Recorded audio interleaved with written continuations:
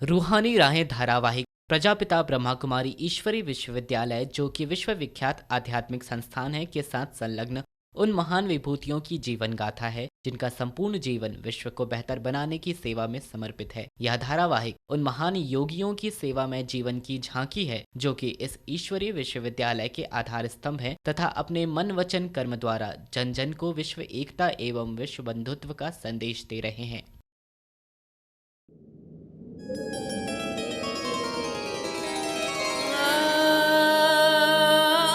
दिव्य गुणों की हैं ये राहें,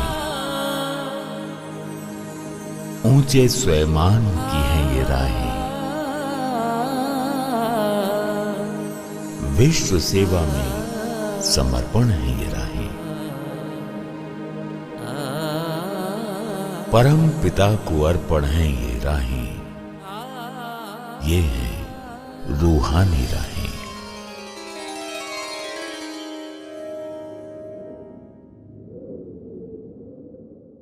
नमस्कार, स्वागत है आपका रूहानी राहें इस रूहानी शो के इस रूहानी एपिसोड में।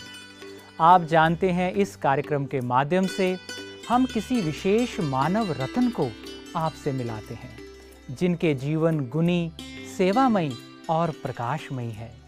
ज्ञान के प्रकाश को पाकर जब मानव अपने चिंतन को अलौकिक प्रकाश से भर लेता है तो उसके जीवन में जो परिवर्तन आता है उससे सारे ब्रह्मांड पर बड़ा ही शुभ प्रभाव होता है। जैसे एक दीप जलाने से सारे घर में उजाला हो जाता है।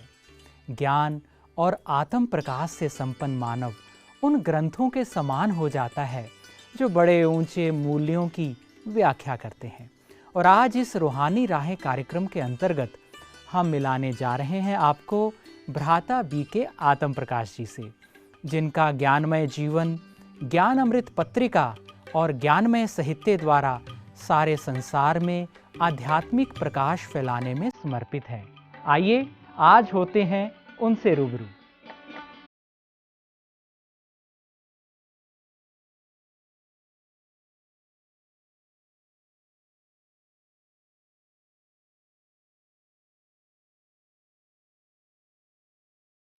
ब्रह्मा कुमार आत्म प्रकाश भाई जी, आपका जन्म पाकिस्तान के मुल्तान डिस्ट्रिक्ट में 15 अगस्त सन 1937 में एक धार्मिक परिवार में हुआ।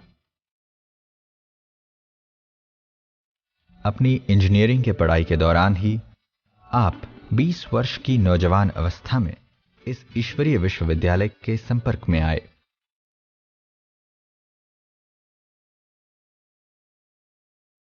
और तब से आप समर्पित भाव से पत्र पत्रिकाओं और साहित्य के द्वारा लोगों में आध्यात्मिक जागृति लाने का कार्य कर रही हैं।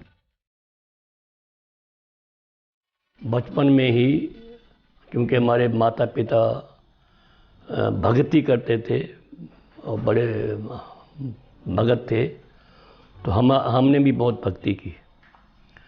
और ये भी जो हमारे सारे शास्त्र हैं हिंदू धर्म के, महाभारत, रामायण, भागवत और भी छोटी मोटी जो कथाएं हैं, वो हमने अपने लौकिक पिताजी से सब सुन रखी थी। क्योंकि हमारे पिताजी हकीम भी थे, रहमदिल थे, और साथ में रात्रि को जा कर के स्थान स्थान पर वो ये कथाएं सुनाते थे, ये शास्त्र सुनाते थे। तो मैं भी उनको अकम्पनी करता था। तो 10 साल की एज में सारी जो ये धार्मिक चीज़ें हैं वो हमने सुन ली थी। बड़ा यानी कि जीवन ऐसा था जो कि धर्ममय जीवन था और बहुत आस्था थी धर्म में। परंतु धीरे धीरे जैसे हम आगे बढ़ते गए तो धर्म से आस्था निकलती चली गई। मैं एक आपको बात बताता हूँ। जब हम अभी मैट्रिक में पढ़ते थे तो हमने शास्त्रों में पढ़ा हुआ था, अगर हम जनेऊ नहीं डालेंगे, जैसे हिंदुओं में जनेऊ डालते हैं, नहीं डालेंगे, अगर शरीर छूट गया तो नरक में जाएंगे, ऐसा हमने सुना हुआ था। तो मैं अपनी माता जी के साथ और छोटे भाई को लेकर के हरिद्वार में विशेषकर जनेऊ डलवाने के लिए गया। तो वहाँ जब देखा, पंडों से मिले, उनके जीवन को देखा, तो जिससे क्या हुआ कि इन चीज़ों के प्रति आस्था कम होती गई और थोड़ा नास्तिक तो नहीं कहेंगे, परंतु परमात्मा है या नहीं है, जो भी है, हमें तो अच्छा कर्म करना है, इसलिए हमारा रुझान उस तरफ चलता गया। और जैसे नेहरू जी ने कहा था आज़ादी के समय पर, I want engineers and doctor to rebuild India, तो हमने भी इंजीनियरिंग पास करने की एक धुन लगाई और इंजीनियरिंग में एडमिशन लिया। हम इंजीनियरिंग में पढ़ते रहे और उस वक्त पिक्चर देखना, ये ज़्यादा मित्रों से, अपने दोस्तों से खेलना कूदना, इसमें व्यस्त हो गए, जिससे कि मानसिक शांति बढ़ती चली गई। तो उस समय हमें ये ज्ञान मिला, जो हमने पहले जो पढ़ा हुआ था अपने हिंदू धर्म के शास्त्रों में, वो सब बातें जैसे फिर से रिवील हुई। बड़ा मन संतुष्ट हुआ, बड़ी खुशी हुई, बहुत आनंद आया और एक हल्कापन महसूस हुआ। तो इतने ये ज्ञान था मेरा, तो जो अट्रैक्शन हुआ इस नॉलेज के आधार पे हुआ। इतना वंडरफुल नॉलेज आत्मा के बारे में, परमात्मा के बारे में, सृष्टि चक्र के बारे में, राजयोग के बारे में, इसने मुझे बहुत खींचा। पढ़ाई पूरी करने के बाद अपना जीवन ईश्वरीय सेवा में समर्पित करने का लक्ष्य बनाया।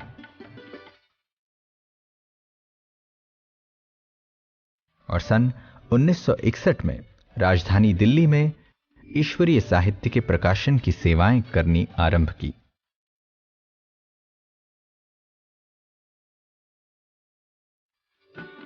In 1957 में हम फर्स्ट ईयर में थे और हम इंजीनियरिंग की स्टडी कर रहे थे। उस वक्त हमें ये ज्ञान मिला, ये वंडरफुल नॉलेज सुन कर के, इतना वैल्यूएबल और रैशनल और बुद्धिगम्य, जो इतना आनंददायक ज्ञान था, उसको सुनकर के ये समझने की कोशिश की कि ये ज्ञान देने वाला कौन है, किस द्वारा ज्ञान मिल रहा है ये। तो उसको मिलने के लिए हमें बहुत इच्छा हुई। तो हम उनको मिलने के लिए, वो दिल्ली में बाबा मम्मा आए हुए थे, उनको मिलने के लिए 1957 में मिलने के लिए गए। और फर्स्ट टाइम हम गए थे दिल्ली में, कैपिटल ऑफ इंडिया में। तो जब हम पहुँचे और फिर मॉर्निंग में बाबा माँ से मिलना हुआ, तो जब उनसे मिलना हुआ तो उनको देखते ही ये लगा कि यही हमारे वास्तव में वास्तविक माता पिता हैं। उनसे बहुत अट्रैक्शन है, उनकी पर्सनैलिटी, उनकी बातचीत से ऐसा अनुभूति हुई जैसे कि वो मुझे बहुत देर से जानते हैं। तो जब फर्स्ट टाइम बाबा से मिले तो उन्होंने एक ही महावाक्य उच्चारण मेरे प्रति जो वरदान दिया, या महावाक्य उच्चारण के बच्चे, टाइम बहुत थोड़ा है, तो ये जो आप इंजीनियरिंग की पढ़ाई पढ़ रहे हैं, जो रियलिटी में उन्होंने ये कह दिया कि ये आपके काम आने वाली नहीं है।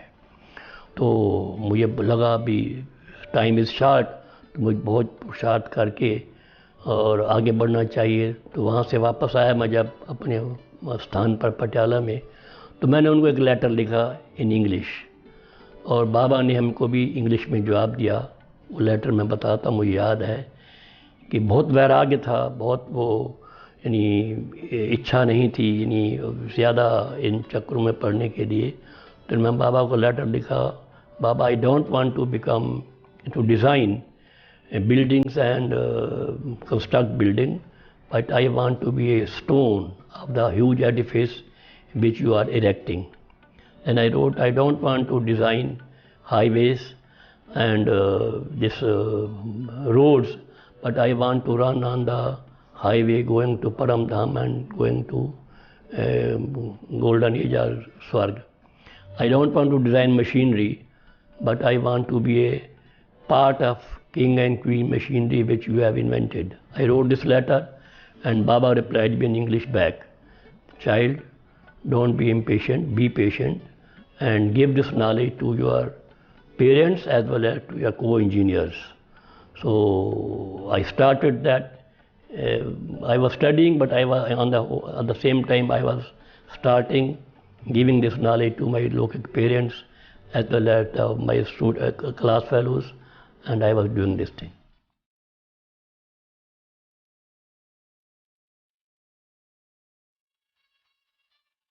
ज्ञान से आप इतने प्रभावित हुए कि अपने साथ साथ अपने दोस्तों को तथा पूरे परिवार वालों को भी ईश्वरीय ज्ञान से लाभान्वित किया।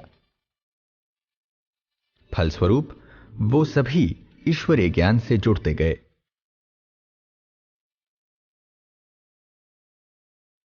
मैं फिर अपने लौकिक घर में अपने माता पिता को ये ज्ञान सुनाने के लिए गया। पहले हमने माता जी से अपना ज्ञान दिया, उनको बहुत अच्छा लगा। फिर लौकिक पिताजी को ज्ञान दिया, उनको भी अच्छा लगा।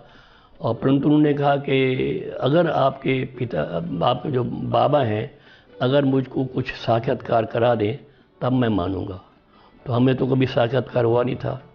तो हमने कहा वो तो ऊपर वो जैसे होगा वो देखेंगे। हम फिर एक दिन बैठे थे अपने गांव में, सब और भी इकट्ठे हो गए थे, क्लास लगी हुई थी, गुरुवार का दिन था। तो हमने भोग लगाना शुरू किया, बैठे थे, शिव बाबा को भोग लगा रहे थे। तो हमारे लौकिक पिताजी वो उठ करके किसी चीज़ को पकड़ने की कोशिश कर रहे हैं, परंतु वो उसके हाथ में नहीं आती। इधर जाएंगे तो वो इधर जाएंगे, इधर जाएंगे, वो घूम रहे थे, वो किसी चीज़ को पकड़ने की कोशिश कर रहे थे, परंतु उनके हाथ में नहीं आया। तो फिर वो नीचे उतरे जैसे, तो कहा कि मैं बहुत छोटा बच्चा कृष्ण था, उसको मैं पकड़ रहा था, मेरे से हाथ में नहीं आया। फिर आपके बाबा जो हैं ब्रह्मा बाबा, वो सामने, उन्हें अभी किसी को मिले नहीं थे, ना वहाँ दादी कोई गई थी, ना बाबा में कोई मिले थे, ना किसी सेंटर पर गए थे। तो मैं तो खुश हो रहा था कि देखो इनको साक्षात्कार हो रहा है। फिर बाबा ने कहा, बच्चे तुम अगर सब धारणाओं पर चलोगे, निश्चय बुद्धि बनोगे, तब श्री कृष्ण आपकी गोद में आएगा। तो मैंने कहा अच्छी बात है। फिर अगले सप्ताह फिर हमको समर वेकेशन थी, मैं वहीं पर था।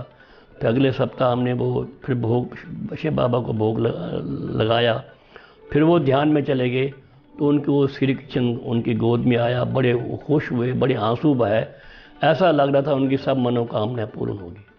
तो उनके ध्यान में जाने से और सभी सबको अनुभव होने से क्या हमारे सारे लौकिक परिवार, माता जी, पिताजी, ब्रदर्स एंड एक सिस्टर, सब इस ज्ञान को फॉलो करने लगे। अभी हम सारे काफ़ी मेंबर्स जो हैं इस ज्ञान में चलते हैं, हर एक अपने अपने सेवा केंद्रों पर वो सेवा कर रहे हैं।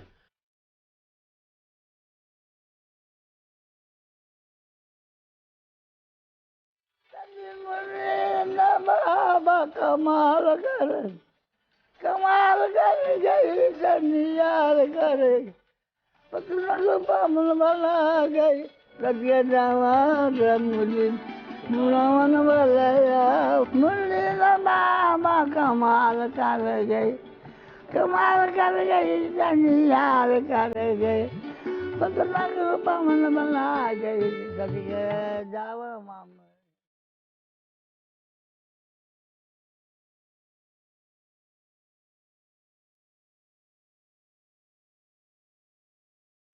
आप जब पहली बार माउंट आबू आए तो संस्था के संस्थापक प्रजापिता ब्रह्मा बाबा के सरल स्वभाव, निर्माण भाव व सबके प्रति शुभ भावना की वृत्ति रखने का व्यक्तित्व आपने देखा।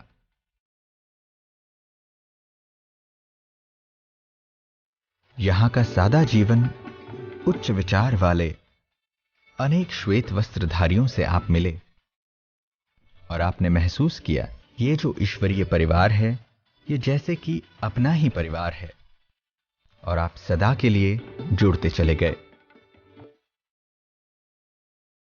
फिर एक बार हम मधुबन में आए, माउंट आबू पांडव वन में आए।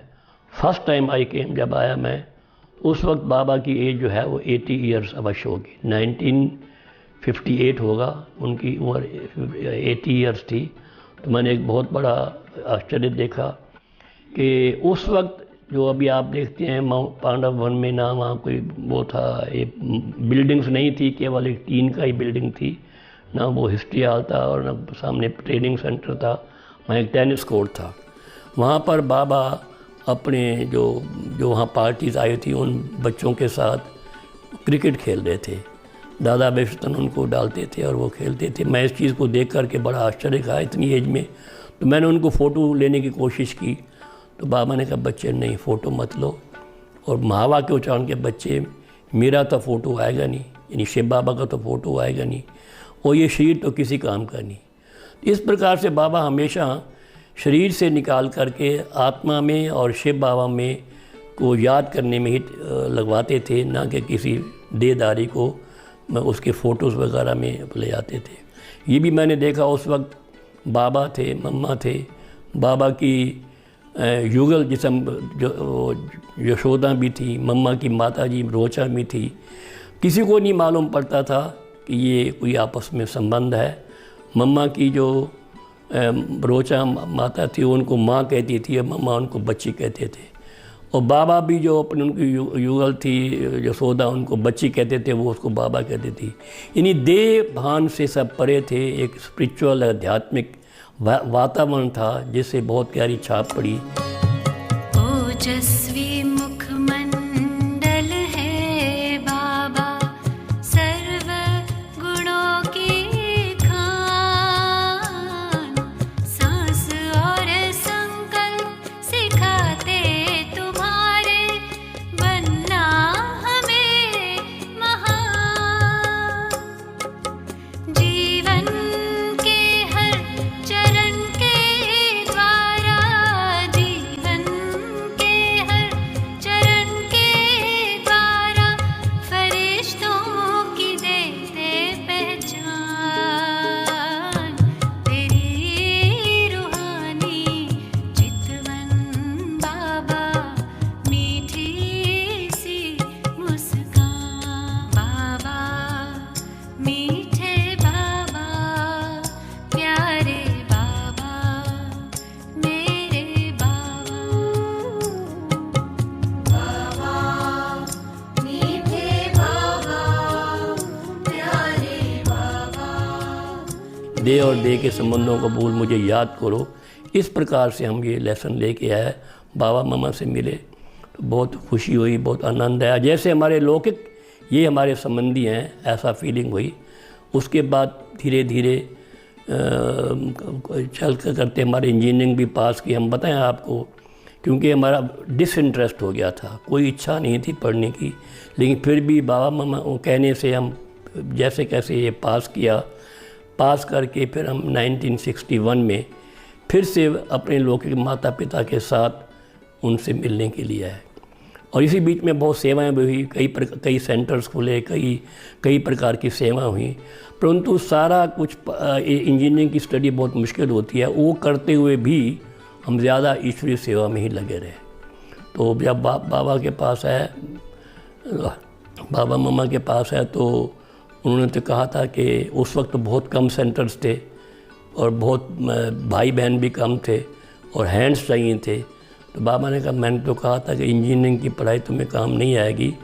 तो इसलिए उन्होंने मुझे पहले जयपुर भेज रहे थे, फिर मैंने दिल्ली में भ्राता जगदीश जी के पास इस ईश्वरीय सेवा में, इस पब्लिकेशन डिपार्टमेंट की सेवा में हमें उन्होंने भेज दिया। आप 30 वर्षों तक दिल्ली में ही जगदीश भाई जी के साथ, जिन्होंने संस्था के हजारों साहित्य लिखे हैं, जिनके सानिध्य में ही आपने प्रकाशन व प्रिंटिंग की सेवाएं दी। आपने कई चित्रशालाएं बनवाई।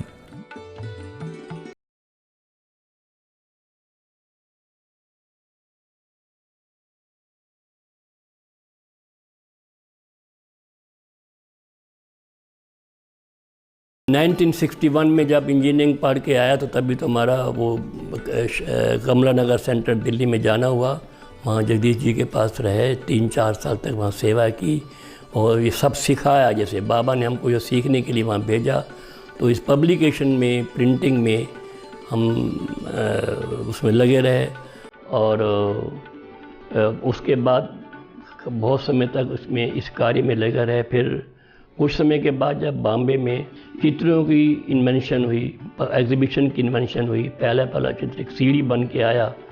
तो हम दिल्ली में रहते थे रजौरी गार्डन में, उसकी स्लाइड से हमने एक सीढ़ी चित्र बनवाया 6 फुट बाई 4 फुट का, और हमने वो बाबा को मधुबन में भेजा। तो बाबा को बहुत अच्छा लगा। उस बाबा ने तब हमें लेटर्स लिखने शुरू किए, बच्चे ये बनाओ, चित्र में ये करेक्शन करो, ये करो, कई प्रकार के। हर हफ्ते में एक लेटर आता था तो बाबा हमें भेजते थे, हम वो उस प्रकार से करते थे। तो हमने फिर कुछ समय के बाद एक स्टूडियो बनाया जिसमें 4-5 आर्टिस्ट काम करते थे, और चित्रों पर जो एग्जीबिशन बनी थी, नए नए चित्र बाबा की डायरेक्शन से, बाबा के मुरली के आधार से हम वो चित्र बनवाने शुरू किए। एक बार हम 20 चित्रों का सेट लेकर के मधुबन में आए। उसमें जो हमारा हिस्ट्री आले बन चुका था वहाँ पर रखा 20 चित्रों का सेट, और बाबा और दीदी वहाँ पर आकर के उनको देख रहे थे। बहुत अच्छा लगा, बहुत करेक्शन दी, डायरेक्शन दी, इंस्ट्रक्शन भी थी। उसको देखने के बाद मुझे बाबा ने अपने कमरे में, जहाँ भी बाबा का कमरा है, वहाँ बुलाया और बाबा बैठे थे अपने गद्दी पर। मैं नीचे बैठने लगा। बाबा ने कहा, नहीं बच्चे तुम मेरे साथ बैठो। मैं तो संकोच कर रहा था गद्दी पर मैं साथ कैसे बैठूं। तो बाबा ने कहा, नहीं बैठो। बिठाया, बड़ा प्यार दिया। और बाबा ने फिर एक वरदान दिया, बच्चे जो बाप की गद्दी तो बच्चों की गद्दी, यहाँ भी और वहाँ भी। तो बहुत उमंग उत्साह आया, बहुत खुशी और बड़े उमंग उत्साह आए। तो उसके बाद इसी एक महावाक्य के जो हमें ये वरदान मिला, उससे हमने जो स्टूडियो बनाया था उससे बहुत हज़ारों चित्र बने, म्यूज़ियम बने, एग्जीबिशंस बनी और मेले बने। तो बहुत कई सालों तक ये कार्य चलता रहा। आपके अथक सेवाओं को देखते हुए आपको ज्ञानामृत तथा द वर्ल्ड रिन्यूअल का संपादकीय भार सौंपा गया। सन 1992 में आप संस्था के अंतर्राष्ट्रीय मुख्यालय शांतिवन में आए और ज्ञानामृत प्रेस की मुख्य संपादक का भार संभाला। और कुछ समय के बाद जब भ्राता जगदीश जी फॉरेन में जा रहे थे, उनका पार्ट फॉरेन में जाने का बहुत हुआ, तो फिर हमें ये पब्लिकेशन डिपार्टमेंट और मैगज़ीन की डिपार्टमेंट की भी हमको एडिशनल ये काम दिया गया। तो हमने 1984 आई थिंक उसके बाद ये मैगज़ीन्स और पब्लिकेशन साथ साथ चित्रशाला ये चलती रही। और 92 तक, यानी दिल्ली में हम 62 टू फ्राम 1962 से लेकर 1992 तक हम रहे और ये भिन्न भिन्न कार्यों में हम लगे रहे। उसके बाद फिर हमें जगदीश भाई ने एडिटर भी बनाया और पब्लिशर भी बना दिया। उसके बाद फिर हम 92 में, जब वहाँ पर हमारी सेवाएं बहुत बढ़ रही थी, वहाँ स्थान बहुत कम था और ये शांतिवन भी अभी बनने जा रहा था। और उस समय फिर हम 92 में एक छोटी सी मशीन थी, हम वो लेके यहाँ आए थे, यहाँ पर प्रिंटिंग शुरू की। ये ज्ञानामृत भवन बना।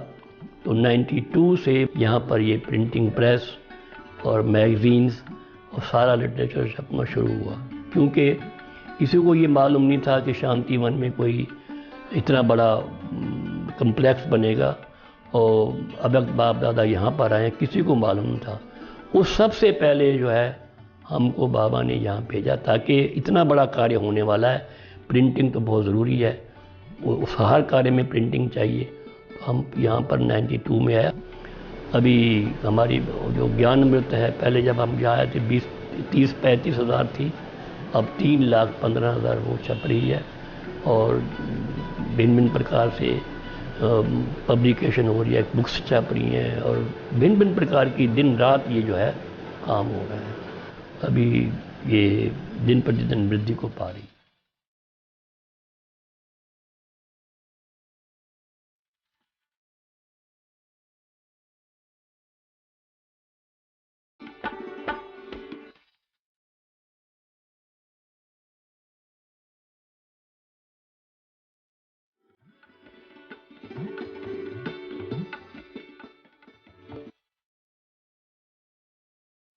आप सदैव हर्षित मुख व सरल स्वभाव के हैं। लोगों के साथ मिलजुल कर रहना, सबको सम्मान की दृष्टि से देखना, ये आपके व्यक्तित्व में साफ दिखाई देता है। यूं तो आपकी उम्र 77 साल है, लेकिन आपका उमंग उत्साह युवाओं के साथ खेलते हुए जब दिखाई देता है तो उम्र की सीमाएं आपको बांध नहीं पाती। हम तो अपने को छोटा समझते हैं कि हम तो बाबा के छोटे बच्चे, हमारे बड़े बड़े। एक दफ़ा मैंने बड़ी दादी बैठी थी, मैंने कहा दादी हम तो बहुत छोटे हैं, हम तो ज़्यादा बुद्धिमान नहीं हैं, जो हमारे और लोग हैं बहुत बुद्धिमान हैं, बड़े भाषण करने वाले हैं, बहुत ये करने वाले, हम तो छोटे हैं और इतनी ज़्यादा हमारी इंटेलिजेंट नहीं है। दादी का इतना कारोबार जो चल रहा है वो क्या कौन चला रहा है, वो कैसे चल रहा है, अगर ज़्यादा वो नहीं। मैंने माँ दादी ये तो ऊपर वाला चला रहा है, कि यही तो इंटेलिजेंस है, यही तो एक वो बात, अगर ये समझना है कि ऊपर वाला चला रहा है, ये सबसे बड़ी वो बड़प्पन है। और ये दूसरी एक गुण है, मैं समझता हूँ कि कोऑपरेट करते हैं, हर सबको सहयोग देते हैं, नो कमर्शलिज्म। यहाँ जो भी आते हैं हमारे प्रिंटिंग प्रेस में, उनको ये फीलिंग आती होगी, मैं समझता हूँ कि ये बाबा की अपनी प्रेस है, ना कि कोई कमर्शियल चीज़ हो रही है। I don't believe in commercialism. हम तो सेवा भाव से सबकी सेवा करते हैं और सबको अंत तक खुश करने की कोशिश करते हैं। थोड़ा अपना भी कुछ हो, लेकिन हम चाहते हैं कि दूसरा हमारे से कोई नाराज़ ना हो, खुश हो के जाए और समझे कि ये शिव बाबा का ही असल में कारोबार चल रहा है। हम उसी प्रकार से चल रहे हैं, कोई हमारे से नाराज़ नहीं है, सब खुश हैं, all are happy with me, और कोई हमें अड़चन भी नहीं आती है। कोई आज मैं कहता हूँ सारे जीवन में कोई बहुत बड़ी परीक्षा नहीं आई है, परंतु आंतरिक कोई परीक्षा तो आती है, लेकिन जो ये आंतरिक जो होता है संघर्ष वो काफ़ी पूरा हो गया, लगभग पूरा है। नाउ वी आर बिकमिंग, बाबा कहते हैं मेरे समान बनो, ऐसा लगता है हम बाबा के समान बनने जा रहे हैं।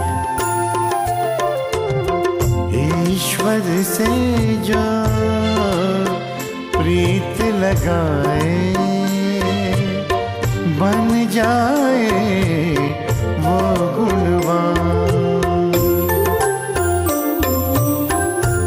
ईश्वर से जो प्रीत लगाए बन जाए वो गुणवान। उच्च विचार शुभ कर्मों से, उच्च विचार शुभ कर्मों से जग में बनता सबसे महान, जग में बनता सबसे महान। ईश्वर से जो प्रीत लगाए बन जाए। आज आपने मुलाकात की भ्राता आतम प्रकाश जी से और उनके सेवामयी योगमयी जीवन से पाई प्रेरणा और पाई आपने जानकारी ईश्वरीय महान कार्य की। आइए हम भी कोई दृढ़ संकल्प लेकर किसी महान लक्ष्य को अपने मन में समाहें और चुने अपने जीवन के लिए रूहानी राहें। नमस्कार, ओम शांति।